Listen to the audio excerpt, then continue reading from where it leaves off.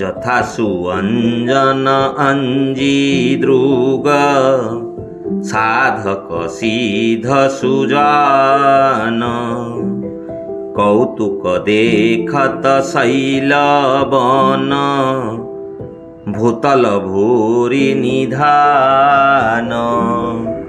ଯେପରିକି ନେତ୍ରରେ ସିଦ୍ଧାଞ୍ଜନ ଲଗାଇ ସାଧକ ସିଦ୍ଧ ଓ ସୁଜ୍ଞାନୀ ମାନେ ବନ ପର୍ବତ ତଥା ପୃଥିବୀ ମଧ୍ୟସ୍ଥ ବିଭିନ୍ନ ଖଣି ଅନାୟସରେ ଦେଖିପାରନ୍ତି।